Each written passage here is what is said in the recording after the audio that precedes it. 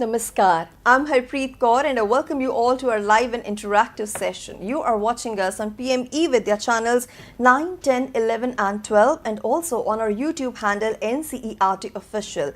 This is our webinar series titled Listening to Learn yani Sune aur Seekhe, presented to you by Department of Education in Science and Mathematics from NCERT New Delhi.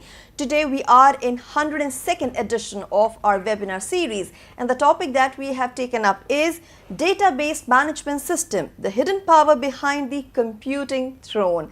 Well, this is something that we all need to understand. Data is asset, and what exactly we're going to learn in this session, that will be revealed to you in a while. But before that, let me tell you, session is live and interactive and we have some eminent personalities in our studio.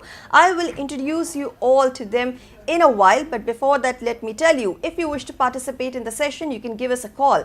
The telephone number is 8800440559. We also have an email ID for you, that is dth.class12@ciet.nic.in. And since we are streaming live on our YouTube handle NCERT Official, you can always go to the comment section, put in your questions there and get in touch with us instantly. Now, we also would like to inform about the participation certificates. Yes, if you join us through our YouTube handle and you participate in the session with your questions, then you will be issued participation certificates also. You know, our webinar series is not a common series. It's a special series wherein we have introduced some unique topics, relevant topics, and have brought some eminent personalities, distinguished personalities to our studios. So if you wish to see the previous sessions of ours, you can definitely log on to ncert.nic.in/webinar_series.php and you will find a treasure trove of some wonderful titles and topics there. And now finally, it's the moment that I should introduce you all to the man behind this entire initiative who will take this conversation forward with our two special guests today. We are joined by Professor Gagan Gupta from DESM NCERT New Delhi. Sir, namaskar and very warm welcome to you. नमस्ते हरप्रीत, नमस्ते दोस्तों। आज का programme मेरे लिए बहुत खास है।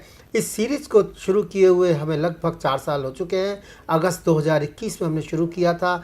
आज हम 102वें पड़ाव पर हैं। इस सीरीज में हमने आपसे बात की हेल्थ से जुड़े हुए विषयों पर, कंप्यूटर साइंस से जुड़े हुए विषयों पर है। हमने आपको दिल की सैर कराई, फेफड़ों की सैर कराई, हमने आपको बैटरियों की दुनिया दिखाई, न्यूक्लियर फ्यूजन, न्यूक्लियर फिशन के ऊपर बात की। हमने आपको थोड़े दिनों पहले आप कंप्यूटर एंड कम्युनिकेशन नेटवर्क्स पर बात की। आज उसी क्रम में हम एक और कंप्यूटर साइंस से जुड़ी हुई दुनिया में आपको ले जाना चाहते हैं। हमने नेवी के से जुड़े हुए बात की। हमने आपके साथ यदा कदा हम साइंस एंड टेक्नोलॉजी से भी दूर हुए, जिसमें कि हमने आपसे एंटरप्रेन्योरशिप पर बात की।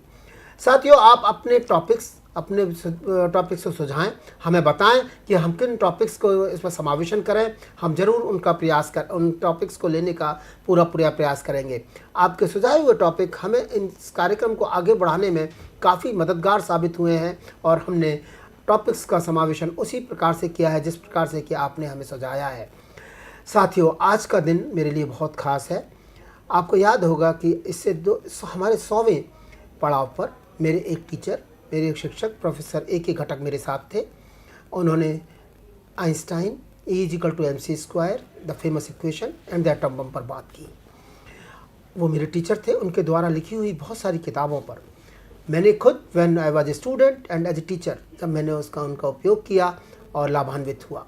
इस देश के सभी लोग उस किताबों से बहुत लाभान्वित हुए। आज फिर से मेरे साथ एक ऐसे शख्स हैं जिनकी किताबों को मैंने अपने स्टूडेंट लाइफ में यूज़ किया, मिड 80s में। और नॉट ओनली मैंने, खाली मैंने, बल्कि इस दुनिया में बहुत लोगों ने उन किताबों का उपयोग किया। He is none other than professor V Raja Raman from Indian Institute of Science, Bangalore. उनकी किताबों को सर, आपका स्वागत है प्रोफेसर राजा रमन हमारे लिसनिंग टू लर्न, सुने और सीखे सीरीज़ में। हम बहुत शुक्रगुजार हैं आपके, जो कि आपने हमारे इस कार्यक्रम में भागीदारी करने का हमें सहमति प्रदान की। वाकई में सर, सादर चरण स्पर्श। सर, आज सर हमारे साथ बेंगलोर से जुड़े हुए हैं और अभी हमें संबोधित करेंगे। प्रोफेसर राजा रमन, जिनके लिए कि मैं क्या कहूँ, मेरे लिए बड़ा मुश्किल है, लेकिन मैं इतना ज़रूर कह सकता हूं कि उनकी जो एकेडमिक यात्रा है वो एक मंत्र मुग्ध कर देने वाली है. That is an awesome inspiring academic journey. Professor Raja Raman is MS and PhD from University of Wisconsin Medicine. Professor Raja Raman ने बहुत सारी किताबें लिखी हैं. उनमें से एक किताब का फ़ोटो आप इस स्लाइड पर देख रहे हैं. ये वो किताब है जिसको कि मैंने अपनी स्टूडेंट लाइफ में यूज़ किया, कंप्यूटर प्रोग्रामिंग इन फोर्ट्रान 77, और कुछ दिनों के लिए मैंने अपने टीचिंग कैरियर में भी इस किताब का उपयोग किया. आप देख सकते हैं कि ये जो फ़ोटो मैंने लगाया है ये उनकी किताब के 53rd एडिशन का है. बहुत कम किताबें इस दुनिया में पाठ्य पुस्तकें ऐसी रही होंगी जो कि 50 से ऊपर उनके संस्करण निकले होंगे. प्रोफेसर राजा रमन हम सब के लिए पितामह के समान हैं. उनके वो जाने जाते हैं अपनी बहुत सारी किताबों के लिए. Wide array of low cost and easy to assimilate books on computer organisation, programming languages, information systems, super computing, history of computing. Professor Raja Raman देश लौटे और उनके अपने शब्दों में मैं पढ़ना चाहूँगा. I came back because I wanted to be in my own country. Mahatma Gandhi influenced me as a child and somehow that ethos stayed. Professor Raja Raman आपका बहुत बहुत स्वागत है हमारे इस लिसनिंग टू लर्न सीरीज़ में. आज हमारे साथ इस शो पर, इस सेशन में प्रोफेसर राजा रमन के ही डिसाइपल प्रोफेसर जयंत हरित्सा मेरे साथ हैं. आपका भी बहुत बहुत स्वागत है प्रोफेसर हरित्सा. हम लोग बहुत शुक्रगुजार हैं इंडियन इंस्टीट्यूट ऑफ साइंस के और आप दोनों की, professor Raja Raman and professor Haritsa, आपके कि आपने हमारे इस शो में भागीदारी करने के लिए सहमति प्रदान की. Professor Raja Raman, yes, what all I can say about you is that the Indian computer science is privileged to have you as a mentor. बहुत बहुत स्वागत है सर, बहुत बहुत नमन. Thank you. बहुत बहुत नमन sir. Professor Raja Raman, it's for you sir. Please, we need your blessings sir. Thank you. Well, at the outset, I'd like to thank Dr. Gagan Gupta and NCERT for having invited me to be part of this important and interesting session. In fact, the session is being conducted by Professor Jayant Haritsa, my very valuable colleague at the Indian Institute of Science, Bangalore. He is currently the foremost database expert in the country and has won many awards. And you're all lucky. I'm also lucky to hear what he has to say about database systems. My journey in computing started in 1955, and at that time there was no disk memory at all. That is, in other words, to be able to store large databases, you require an addressable memory. And the only addressable memory at that time was a random access main memory, which is around a few thousand digits which it can store. The first breakthrough came in 1956 when IBM made the first disk drive, which all had 5 megabytes of storage. At that time, 5 megabytes was considered very large, and that storage device at that time cost 5 lakhs rupees. Today, the same 5 lakhs rupees, you can buy 100 terabytes of memory. In fact, databases are become so important that the earliest database in this country was the railway reservation system, which came in 1986, and that in fact changed the perception about computers in the country, because instead of standing in long queues trying to get a train ticket, you could go to a reservation office in New Delhi and get a train ticket from anywhere to anywhere without a long wait. And that revolutionized the use of databases in this country. In fact, we have at this time one of the largest databases in the world, a biometric database called Aadhaar. Aadhaar has the biometric data of almost 120 crore people of this country. So that's a database which has got 120 crore entries in it, which is one of the hugest databases in the world today. And with the rapid reduction of the cost of computers, the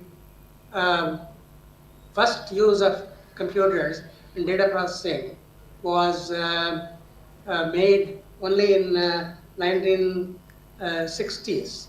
In fact, the first person to work on what is known as a integrated data system was at General Electric Company, and he introduced the first integrated database system, and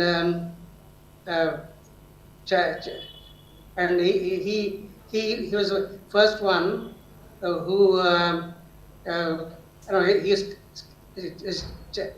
he's Charles Bachman, and he had a few lakh of inventory records of the General Electric Company in a database, because General Electric Company at that time had an IBM, had a GE computer, which had a disk drive of about 10 megabytes or so. And that is the beginning of the use of databases in computers. And the big breakthrough in database systems came in 1971 with the invention of what is known as a relational database system by Edgar Carr at IBM. In fact, when he invented proposed the relational database systems, he put the database system theory on a sound footing. And but it took a long time for IBM to realize the importance of this database theory. And it's not until about the late 1970s that the first relational database system called System R was designed at IBM by IBM researchers, but not really adopted by IBM. But its value was seen by Oracle, and Oracle was the one which first used relational database system in a large way. And I can't, as I said, having started my career in computing in 1945, I cannot but recall a little bit of history before the real meat of what are database systems and how they work is given by my valued colleague, Prof. Jayant Haritsa. Now I would request Professor Jayant Haritsa to take over. Thank you sir, thank you sir, thank you, बहुत बहुत नमन sir आपको। आप जुड़े रहिए sir, आप इस session को देखिए, सुनिए सर, फिर आपका आशीर्वाद हमें भी और लेंगे। नाउ साथियों, अब मैं आपको बहुत जल्दी से अपने साथी प्रोफेसर जयंत हरित्सा, जो कि आज हमारे साथ यहाँ पर स्टूडियो में हैं, उनके बारे में कुछ बताना चाहूँगा। साथियों, professor Jayant Haritsa, who is with the computational and data science department at Indian Institute of Science, Bengaluru. I am sorry for this slip.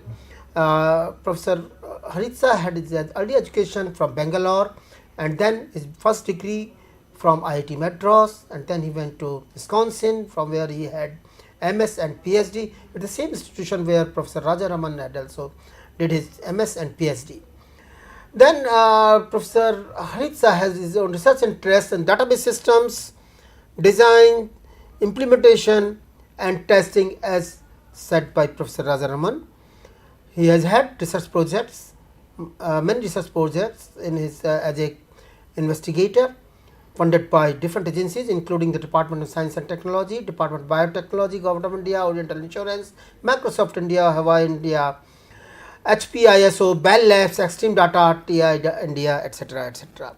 He has guided 10 PhD and 14 master's theses so far. He has had nearly 100 research articles and has participated in number of international and national conferences as an invited speaker and as a participant both. He has had software copyrights on CODD metadata processor and Picasso database optimizer visualizer. A highly decorated scientist, Professor Haritsa, is the president of ACM during 2020-2022, and he has been the fellow of all the 4 national science academies: Indian Academy of Sciences, Indian National Science Academy, National Academy of Sciences, ACM, and Indian National Academy of Engineers. He has been awarded by the Swarn Jayanti Fellowship of Department of Science and Technology, Shanti Sarup Bhatnagar awardee. Professor Haritsa has also been awarded by the Infosys Prize and J.C. Bose National Fellow by the DST. During his studentship, Professor Haritsa was also identified as a distinguished alumnus of IIT Madras. Thank you very much, Professor Haritsa, for being with us. Once again, we welcome you in our studio. It's all yours now. Thank you, sir. So, good morning and namaste to the entire online audience. I am very grateful to Professor Gagan Gupta and the entire NCERT team for their kind invitation and an especially warm introduction. I should also congratulate Professor Gupta and his team because they have just recently completed a century of scientific talks. It is certainly a very creditable and useful achievement. I am also deeply honored that this session was inaugurated by Professor V. Rajaraman, who, as Professor Gupta mentioned, pioneered the computing paradigm in India and has also been my long-time mentor at the Indian Institute of Science. Moreover, it is also topically very appropriate because in his latest book,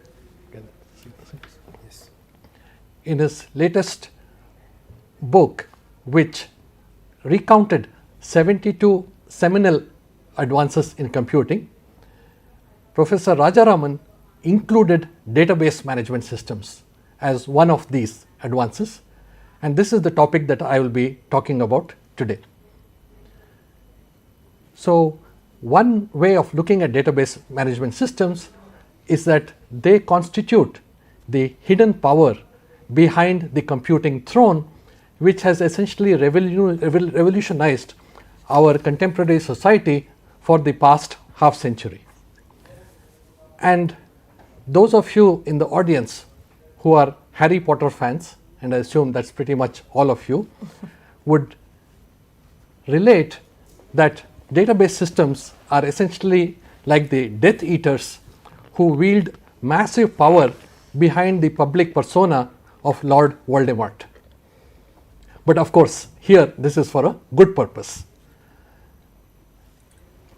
So, if we look at database systems, they essentially occupy the middle ground between user applications. So, user applications could be like the Indian railway system, which Professor Rajaraman mentioned, or more recently, as you would have seen in IPL, which most of you would have watched, there is the Dream 11 app. So, all these user applications interact with the database management system, which itself then works on the core computing platform, which comprises of the operating system, typically the Linux or Windows, and there is the underlying computing hardware, the processors, the memory, and the disks. So, database management systems, or DBMS as they are more affectionately known, are these large and extremely complex software systems running to millions of lines of programming code. And the objective here is to provide an efficient and user-friendly mechanism for handling enterprise data through its entire life cycle, first capturing the data, then storing it, maintaining this information, and most importantly, interacting with this enterprise data. So, for example, you may ask a query saying, please list the names of all those students who have secured a perfect score in the mathematics exam. Or you may also want to change the contents of the database by saying that I would like to pay my annual fees to the school account. So, in essence, it forms a very useful middleware between end user applications and the underlying raw computing platforms. So, as was already highlighted by Professor Rajaraman, the presence of database systems is essentially ubiquitous in our day-to-day lives. It is at the core of the Aadhaar biometric system.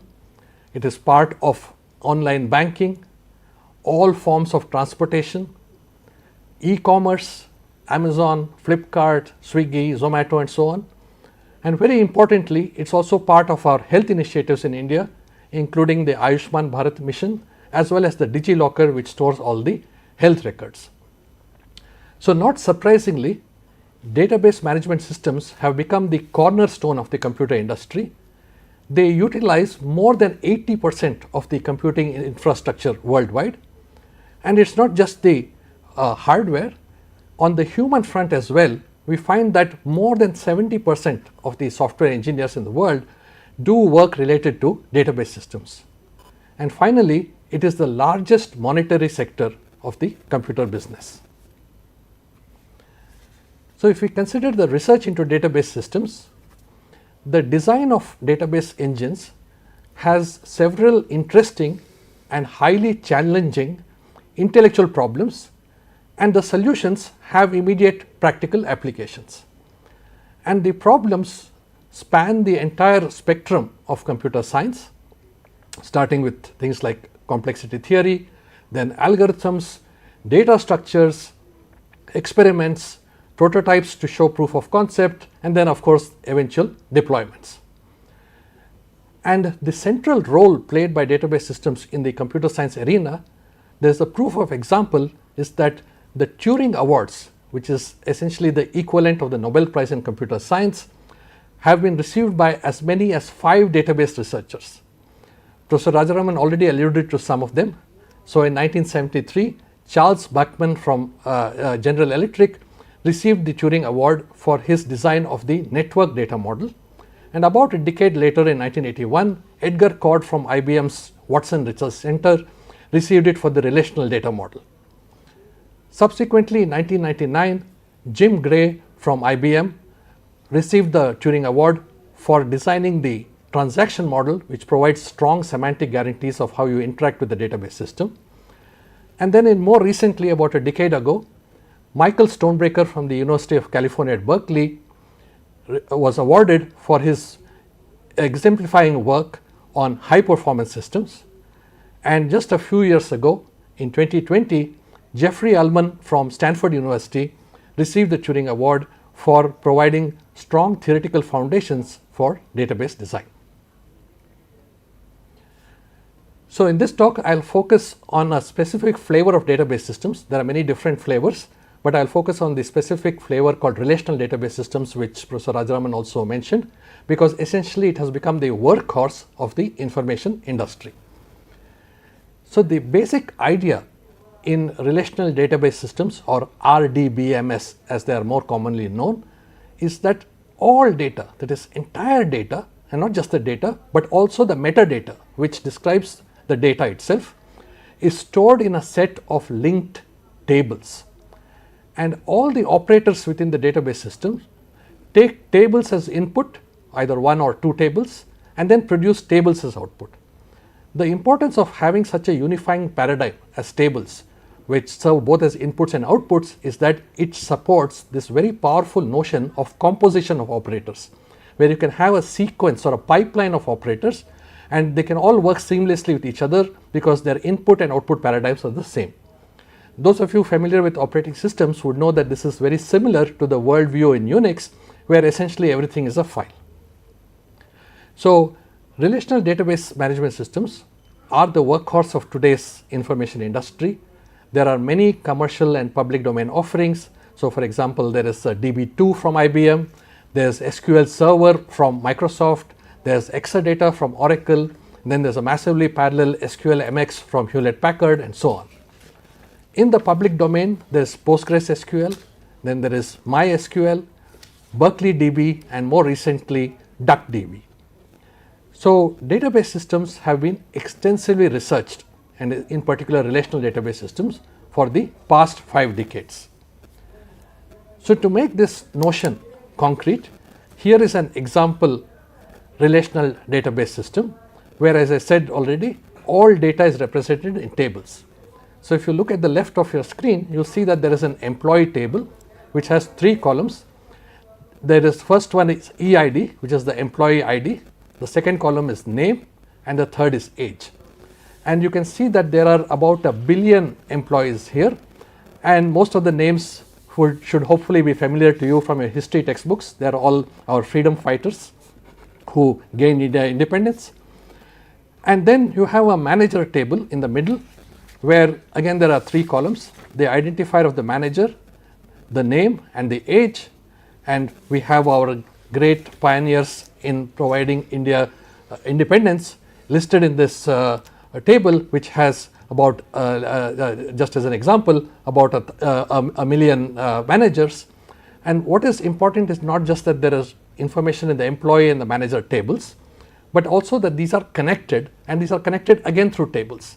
And that is the last table that you see on the right hand side, which is the managed by table, where you have the employee ID and the manager ID, and basically tells you which employees are managed by which managers. So, for example, if you look at the first row there, it says 1 and 4. 1 is Bhagat Singh and 4 is Jawaharlal Nehru. So, we are saying that Bhagat Singh was managed by Jawaharlal Nehru. Then if you look at the next 2 rows, you find that numbers 2 and 3 in the employees, that is Mangal Pandey and Sarojini Naidu, they were managed by Mahatma Gandhi. And then if you go all the way down, you see that the last employee ID, which is Madam Bikaiji Kama, is being managed by Sardar Vallabhbhai Patel. So, this was just an example to show you how information is being stored in the relational model. You might wonder as to why on earth was this called as relational. It could just have been as easily called as tabular model. The reason that this is called as a relational model is that there is a deep connection to mathematics, and in particular a table is a physical realization of the mathematical notion of a relation which comes from first order logic. So, for example, given sets A1, A2 and so on up to A sub n, a relation R over these set of n sets is a subset of the Cartesian product, as you can see in the mathematical expression there, that R is a subset of A1 cross A2 cross An. So, essentially what it is saying is that I take the cross product or the multiplication of all the different domains from which the sets are arising, and the actual relation will be a subset of the information that is present there. So, each element of the relation or a table would be an n tuple A1 through A sub n, where each of the AIs comes from the corresponding capital A sub I sets. So, the reason that this mathematical foundation is important is that because with this basis it supports principal design and optimization. So, what are the reasons that RDBMS have become so popular? I will walk you through a few of these features. So, firstly, in principle they can handle data of arbitrary size. So, if you look at the Indian income tax records, for example, they are in the petabytes, that is 10 raised to the power of 15, and soon I am sure that they would be reaching even the exabyte level. The other important feature of database systems is that they are self-contained, and that is they not only contain the data, which is the obvious part, but they also contain data about data, which is usually referred to as metadata, which means that it contains information about what are the kinds of data types for the various columns that you have in the table. It has information about the constraints, it has information about the statistics of these columns. So, if you look on the right side of the picture, you will see that there is essentially a schematic blueprint for a movie rental store, where you have tables like film, you have tables like actors, you have tables like languages, tables like store and so on, and they are all interconnected with each other. So, to zoom down here is what you see in the next slide. So, you can see that there is a film table in the center, and the first row in the film table is that it is called as film ID, that is the identifier of the film that you have, which is given by perhaps the sensor board, and it says that the data type is an integer, which is what is called as number, and then there is a word which say, or there is an acronym called PK after that. This is not the PK of Amir Khan, but this is the PK of the primary key, which means that this particular column will have unique values, that no movie will be represented twice, and also that the table will be physically organized along the ordering of the film ID. Now, if you go down, you will see that the next row is title, which is a variable character length of up to 255 characters. Then you have something called language ID, which is again an integer, and then you see the acronym FK there, which stands for foreign key, which means that this value comes from the primary key of another table. So basically what you have is, you have information about the column types, whether they are integers, whether they are floating point values, whether they are strings and so on, or they could even be binary large objects. You also have information about the kinds of constraints, that something should be unique, something should not be repeated, or something should come only if it is already present in some other table. You also have statistical information on the distributions of the values in these columns and so on. Something else that makes database systems extremely popular is that they provide what is called as program data insulation. And the idea here is that if you have a program where there is an underlying table which has information about the roll number of the student, the name of the student, the address, the hostel, and the grade point average. Now, let us say for some reason you want to flip the order of the hostel and the GPA. So, you change the order to be roll number, name and address, and now it is GPA first and then hostel. So, it is a minor change, but those of you who are used to programming would know that you would have written a data structure which captures this information, and because of this change where hostel and GPA are exchanged, you would essentially have to go and edit your program, recompile it and then re-execute it. But in the database system, you do not have to recompile it, because the application software only deals with logical entities and it is not affected by storage changes. The information that hostel and GPA have been interchanged is internalized within the database system, and any application using this database system will not have to do anything. In fact, it won't even know that you did this change of the underlying physical structure. So, the logical interactions are not affected by physical modifications and the underlying platforms, and this is a very powerful concept. Database systems also offer you what is called as declarative access, and I will spend some time on this in the rest of the talk. It is basically that you just have to state what you want, but not how to get it. So, this is called as declarative access, which is very different from the kind of programming that you are normally used to, which is called as imperative programming or procedural programming. So, in your programming, if you have a particular goal, you have to express every single step of the way that you need to take in order to reach that particular goal. Okay, so, if you want to, for example, invert a matrix, you have to say how you need to do the transpose, how you need to change the values, and the entire process has to be given in gory detail until you reach the final outcome. Whereas database systems are very nice. They just say, tell me what you want and I will go figure out how to produce the answers.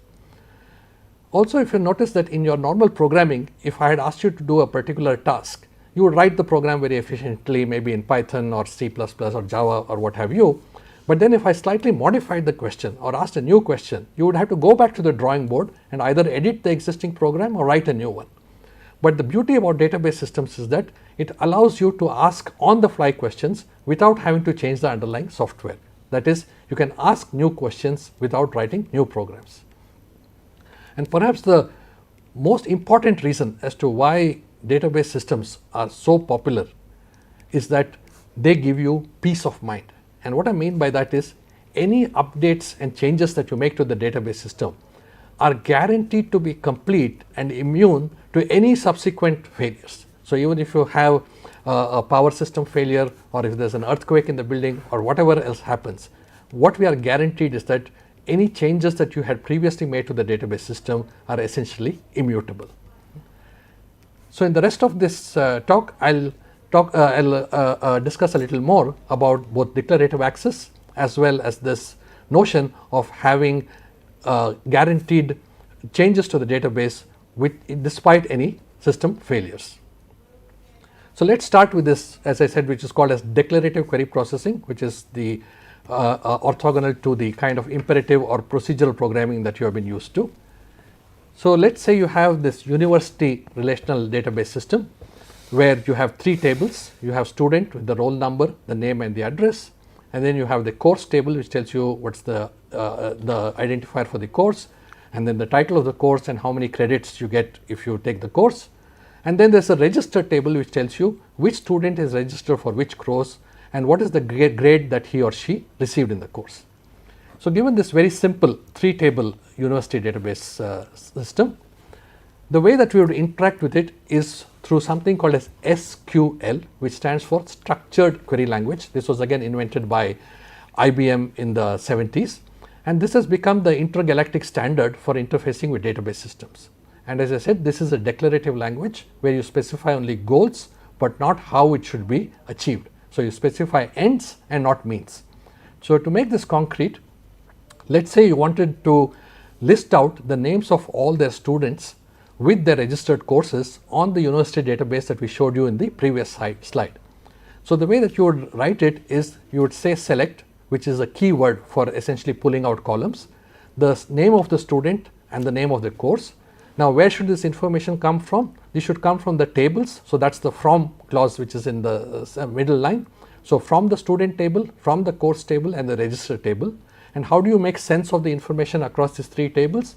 You have these predicates written in the where clause, which is that the student roll number should match with the register roll number and the register.course number should match with the course.course number.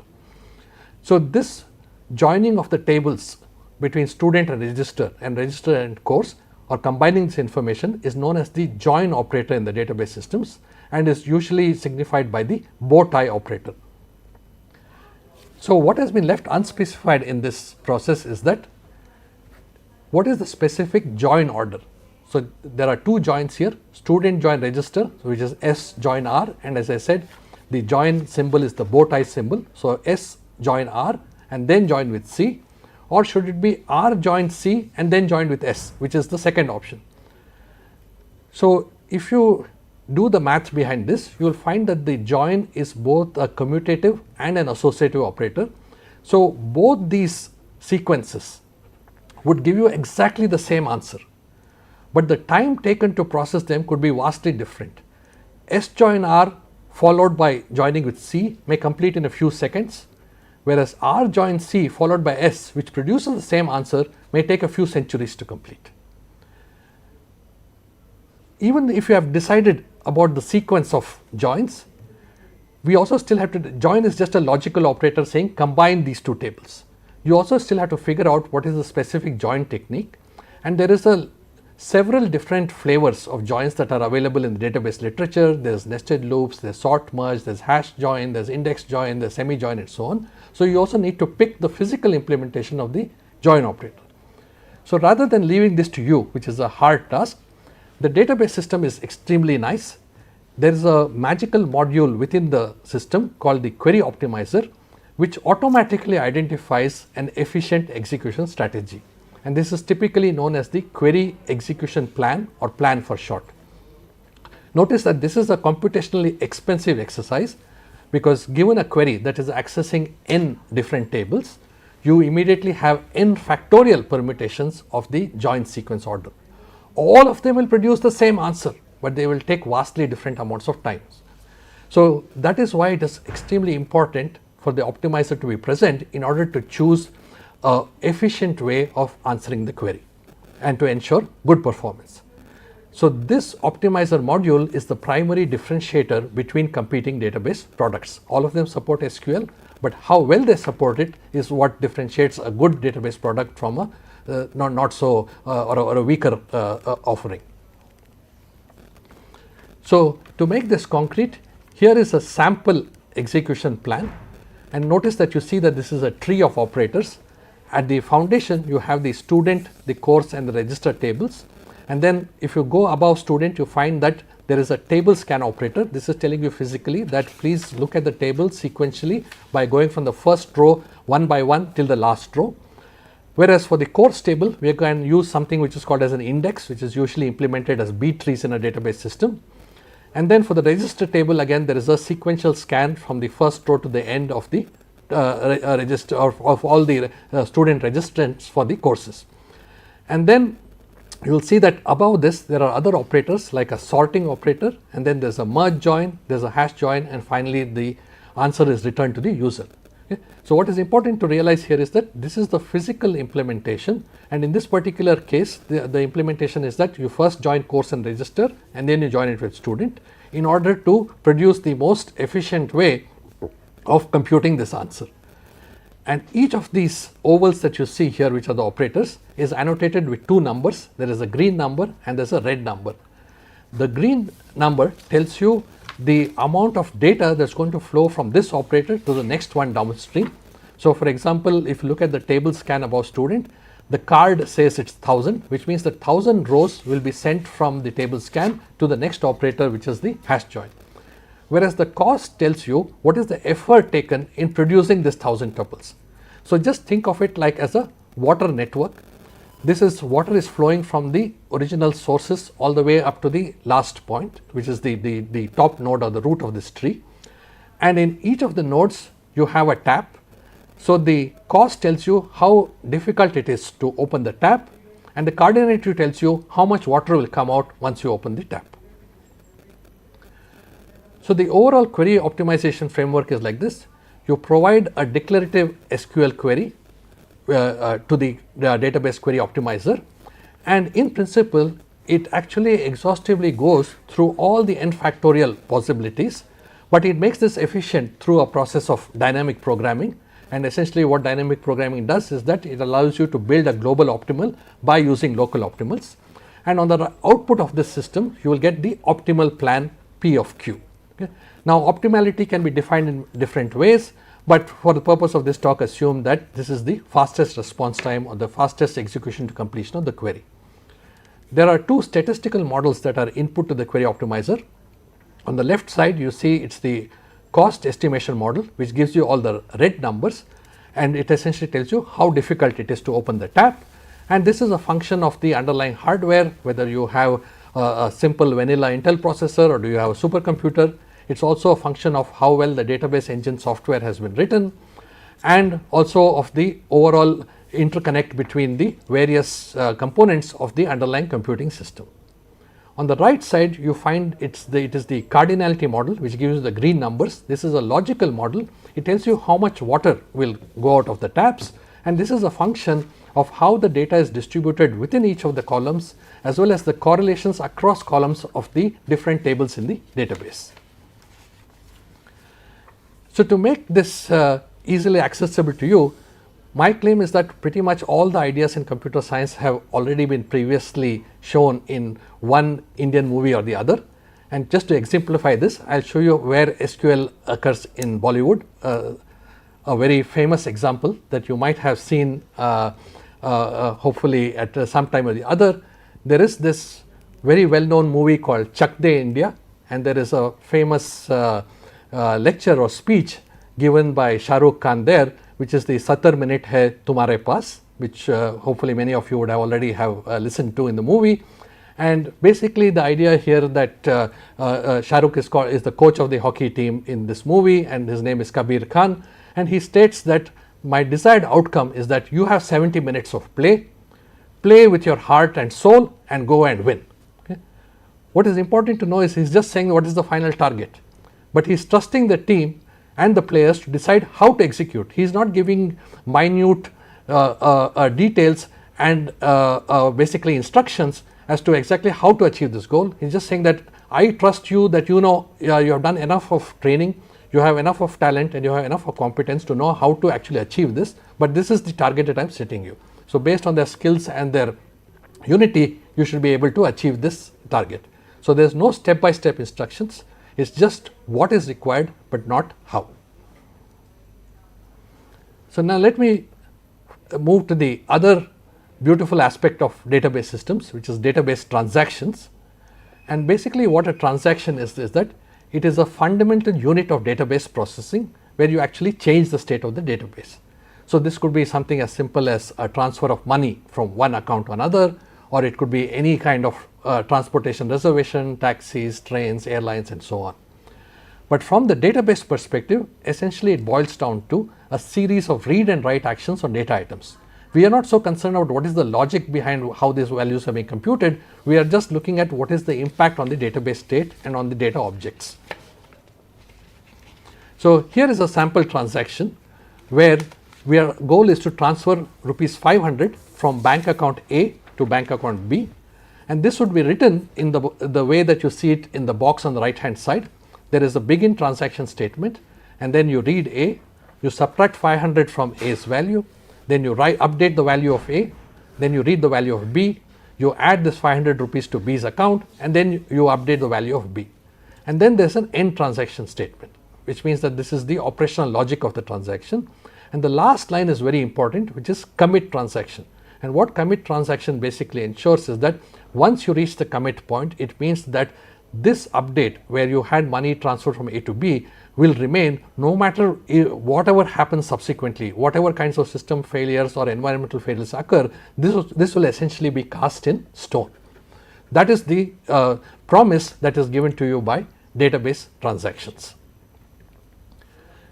In fact, there are these guarantees that are given by database transactions have a very nice acronym for them. They are called as the ACID properties. A stands for atomicity, which means that the execution is either completely done or not done at all. You might be familiar previously with atomicity in both operating systems as well as in hardware. For example, the test and set instruction. But there the atomicity is at a very low microarchitecture level. In database systems, transactions are large programs. So you are providing atomicity at scale here. The second property C is consistency, which essentially means that if this program operates in isolation on the database system, it takes it from one correct state to another correct state.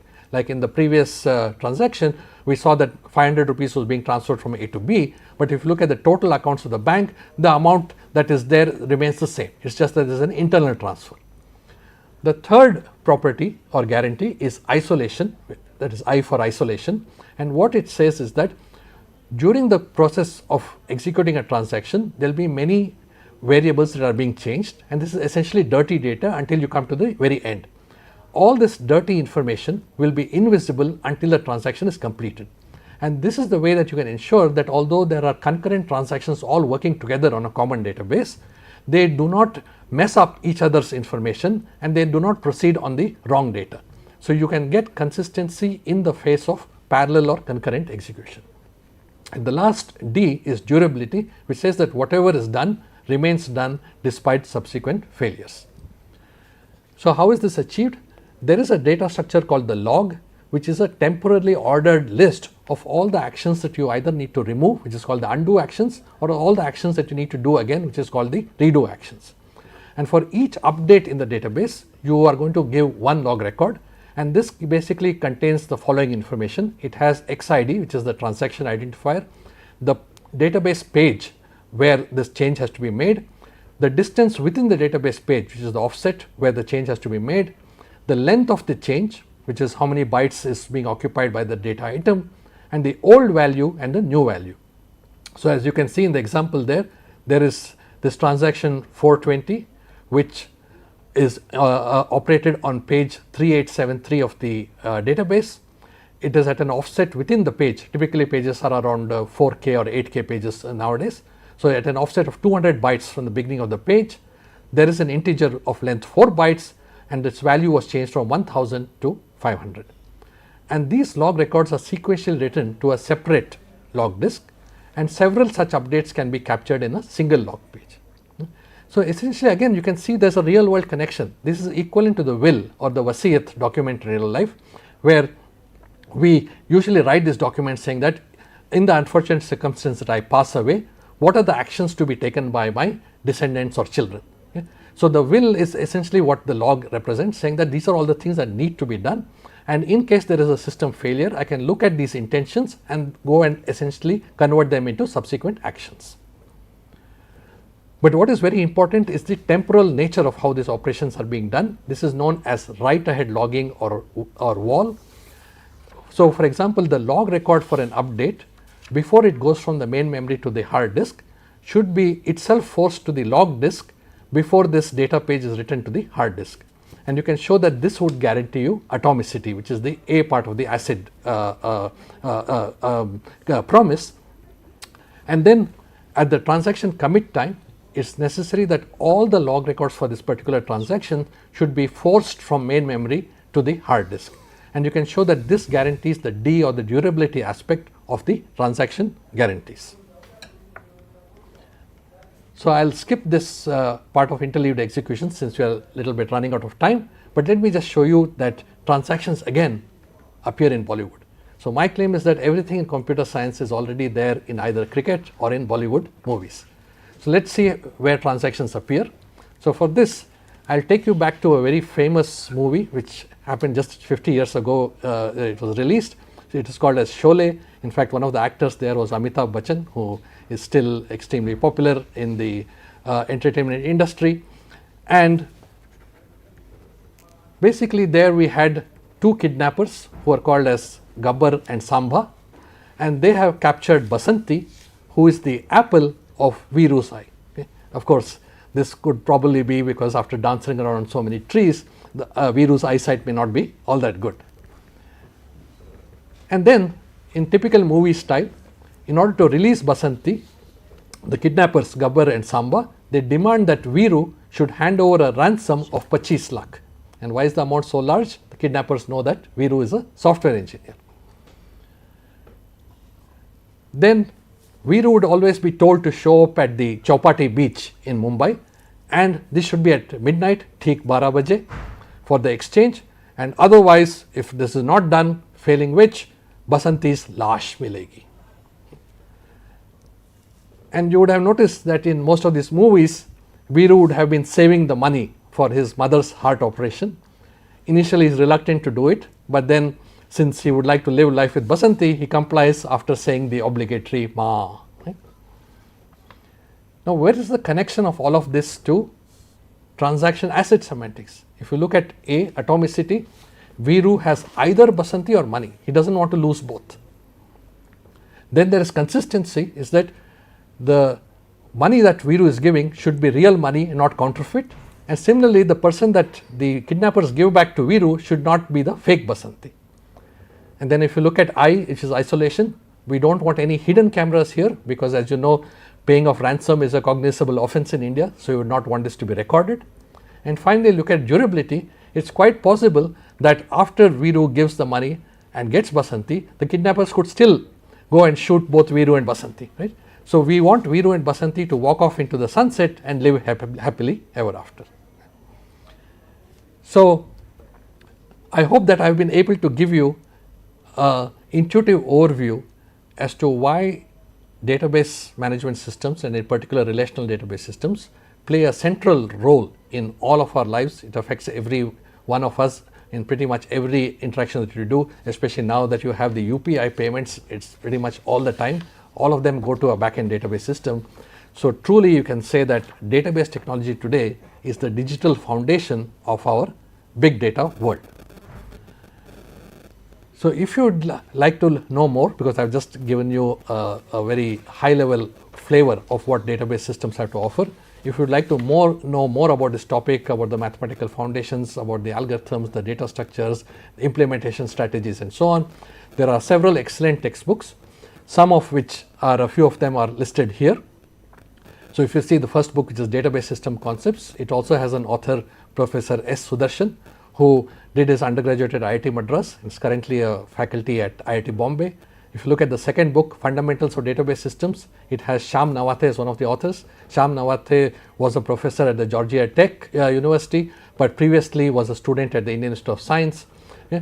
And similarly, if you look at the third book, Database Management Systems by Raghu Ramakrishnan and Johannes Gerke, Raghu was a student from IIT Madras. So, you can see that there has been a strong Indian connection to the database education.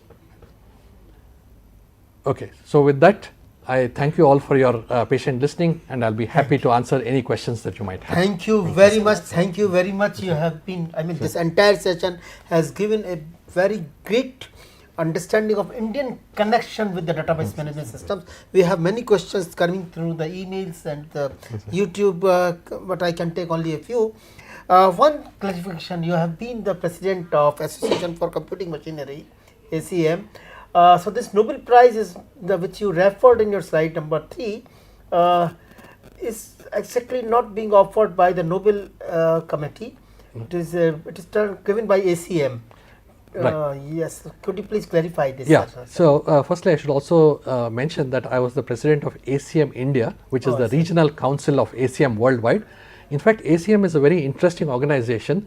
You might think that computing is a recent phenomenon, but ACM was actually started exactly 1 month after India's independence on September 15th, 1947. Yeah? And ACM essentially presents this Alan Turing Award, which is in honor of Alan Turing, who was one of the most famous computer scientists, also played a major role in the Second World War and for the Allied victory there. Yes. So the Turing Award is not given by the Nobel Foundation, but since there is no equivalent prize for computing in the Nobel suite of awards, the ACM has decided to give this Alan Turing Award, and in the popular perception, it is considered as equivalent to the Nobel Prize. That's great. That's the. I hope viewers you might. It is similar to the Abel Prize, for example, field medal in mathematics. Yes. Yes. So this is certainly the highest medal that you can get. One of the Indians who has gotten this award is Professor Raj Reddy at the Carnegie Mellon University, who was one of the founders of the field of artificial intelligence. That's great. So I mean, so we are getting so many questions, but one quick question I would like to Harpreet to take on. Yes, sir. Related So with because this the entire topic is quite technical, so I just want to understand that how can professionals, database professionals, can provide such technical knowledge in simplest terms to the non-technical people like me. Right. Yeah, so what I usually find is that it's much easier to understand a concept if you try to look for an analogy in what is happening in your day-to-day world. Yes. So if you can form that connection, then it becomes much easier to both assimilate the material as well as to remember it. If we stay with just the dry technical information or the mathematical foundations, it's a little harder to become accessible. Right. So we are, as I mentioned, pretty much in my course, I teach everything through movies. And I actually encourage our students to watch movies, saying that it is required for the good performance in a course. Of course, they may watch it even without that, but I give them a reason why they can tell the director of our institute that they are going to movies not because they are having a good time, but because it's a prerequisite for the course. True, sir. And you can also see that in cricket, for example. I can show you that how there are many concepts, deep concepts in computer science can get related to cricket. Yes, yes. आपने शोले का जिक्र किया, शोले के सिक्के का जिक्र उसी तरह से आता है. Both the sides it is having it. Right. Friends, I am sure that you might have received a quite good insight and the dynamics of database management systems, and that how these are useful in our day-to-day life, and how the database management system today are capable enough to handle our everyday life situations. Right. Thank you very much. I am sure that in the days to come, Professor Haritsa will be getting some students, those who have gone through this session today. We would love to have them. Yes, sure. All of you children can go to the IISc website, how to get into the IISc, and you will definitely happen to see Professor Haritsa there. Thank you very much, my dear Professor Haritsa. And friends, we are running short of time. Right. So thank you very much, Professor Rajaraman, for joining us together throughout the whole session. Thank you, sir. sir. Thank you very much, and Professor Haritsa, and for connecting us with Professor Haritsa too. Absolutely. Thank you so much, Thank you, sir. Thank you so much, sir. Yeah. Enjoyed the talk. Yeah. Thank you, sir. Thanks very much, Professor Rajaraman. And Thank you, sir. My pleasure to be here with all of you. And now, because we are running short of time, so we have to wrap the session over here. So very quickly, who's coming next? दोस्तों, इस समय पिछले 2 महीने से हमारे देश में बहुत सारी बातें हो रही हैं. उसमें सबसे ऊपर है ऑपरेशन सिंदूर. ऑपरेशन सिंदूर से जुड़े हुए 90 घंटों के ऊपर बात करने के लिए हमारे पास 27 जून को air commodore retired doctor Ashwinder Singh Bahl यहाँ पर आएंगे. वो ऑपरेशन डॉक्टर अश्विंदर सिंह बहल हमारे लिए बिल्कुल नए नहीं है. उन्होंने पिछले साल हमारे पास स्टोरी ऑफ वेपन्स पर भी बात की थी। आपको याद होगा उन्होंने कॉकपिट से खींचे हुए वीडियोस दिखाए थे जो कि मिसाइल्स पर। मुझे पूरी उम्मीद है कि इस बार फिर से मेरे दोस्त air commodore retired Ashwinder Singh Bahl will bring a very dynamic show here, dynamic session here on 27th of June. So please be with us at the same time, 10 o'clock on Friday, 27th of June for Operation Sindoor ke 90 घंटे. Thank you. Thank you so much, sir. We are looking forward to this discussion, and that is the end of our topics today. Yes, DBMS, the hidden power behind the computing throne, under our webinar series titled Listening to Learn. Now, a few more updates for you. Yes, it's about the textbooks for grade 4 and 7 that are now available on Amazon, Flipkart and NCERT website. Please go and purchase your copies from there. And now let's take a quick look at the schedule, what's all coming ahead. So this is the entire list of programs that you will be watching through the day. At 12 o'clock, you can watch our next session on social sciences under teaching learning intervention for inclusive classroom sessions. Rest of the topics will come through the day. Please participate. With this, I am once again thanking all the eminent personalities for participating in the session today. Thanks to all the viewers and to my team. I'll see you soon. Namaskar.